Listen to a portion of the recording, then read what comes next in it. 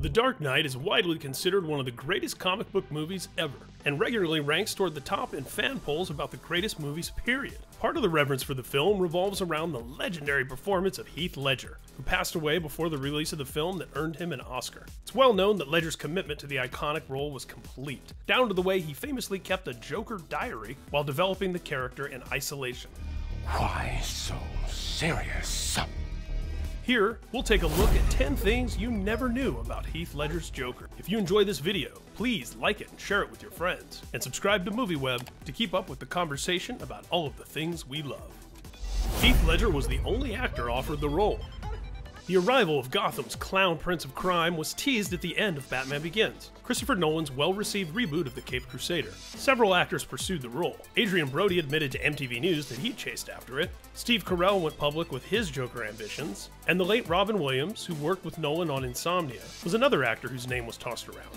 But the director has gone on record that Ledger was the only actor he wanted, saying he offered him the role before the Dark Knight script was even finished. Fans were upset about his casting. Heath Ledger's portrayal of the clown prince of crime is legendary. It cast a long shadow over anyone who dared to take on the role in Ledger's wake, including actor and 30 Seconds to Mars frontman Jared Leto, whose Joker and Suicide Squad earned mixed reactions. But once upon a time, the internet was full of outrage over Ledger's casting, with a level of upset, confusion, and fury to rival the kind that met news of Ben Affleck's casting as the Dark Knight and what became Batman v Superman: Dawn of Justice. One Redditor wrote that Heath Ledger has the charisma of a lettuce leaf. Narrow-minded fans had trouble envisioning the star of 10 Things I Hate About You and A Knight's Tale in the role, but smarter cinephiles were at least intrigued. After all, Ledger earned an Academy Award nomination for his work in Brokeback Mountain. Jack Nicholson was pretty upset too.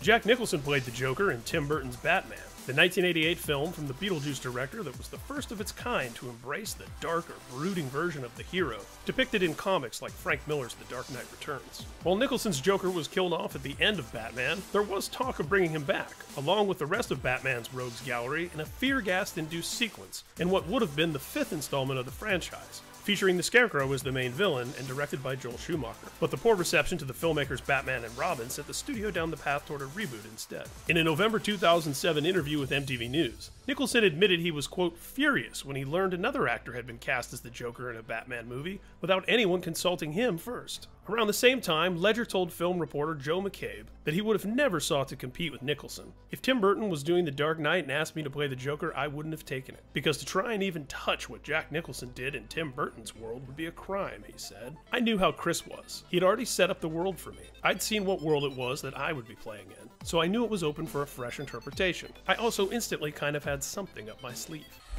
Heath Ledger's Joker owes much to Great Britain.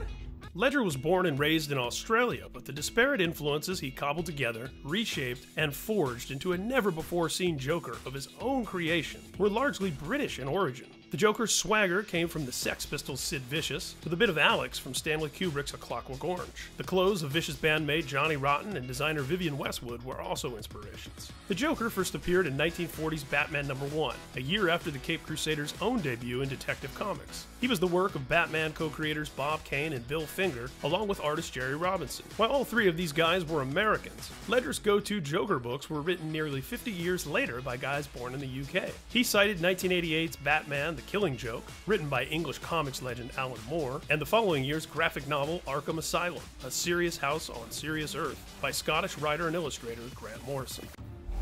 You want to know how he got those scars?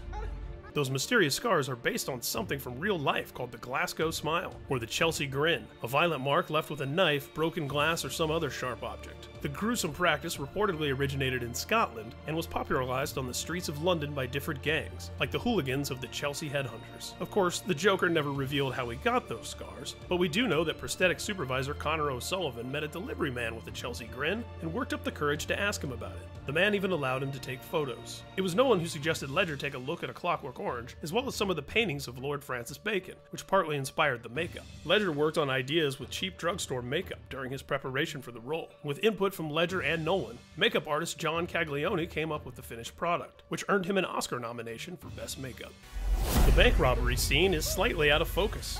The bank robbery scene was the first thing Nolan shot with Ledger. It was also the first full scene shown to film critics and reporters during the pre-promotion for the film. Nolan realized while looking at the dailies that some of the shots were blurry. They reshot the whole scene, but the director liked Ledger's first pass so much, he decided to use that one in the finished film instead, slightly blurry shots and all. I believe whatever doesn't kill you simply makes you stranger. Ledger rode a skateboard around the set. Ledger went method for the development of his take on the Joker, famously locking himself away in a hotel room for long periods of isolation and keeping a twisted diary. But he didn't stay in character between takes. His makeup artist said he'd hug the crew at the beginning and end of each workday and skateboarded around the set. He'd often pull out his Joker journal when it was time to get back into character. Michael Caine was so terrified of the Joker, he forgot his lines. Ledger only did the Joker voice and the laugh when the cameras were rolling, according to Christian Bale. This meant that he wasn't going full-on Joker during rehearsals either. So when it came time to shoot, several of the actors were unsettled by his performance. Michael Caine said he was so startled by the Joker when he emerged from the elevator at Bruce Wayne's penthouse. Good evening, ladies and gentlemen. The seasoned actor forgot his lines.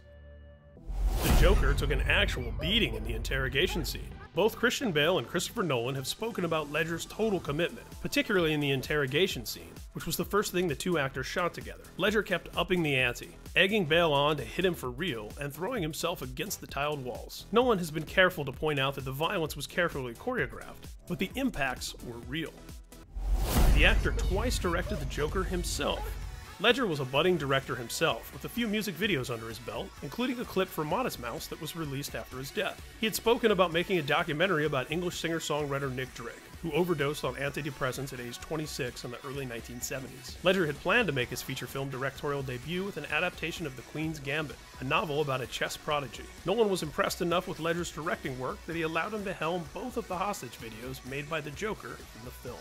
We hope you enjoyed this look at 10 things you never knew about Heath Ledger's Joker and The Dark Knight. If you enjoyed this video, please like it and share it with your friends. And be sure to subscribe to MovieWeb to keep up with the conversation about all of the things we love.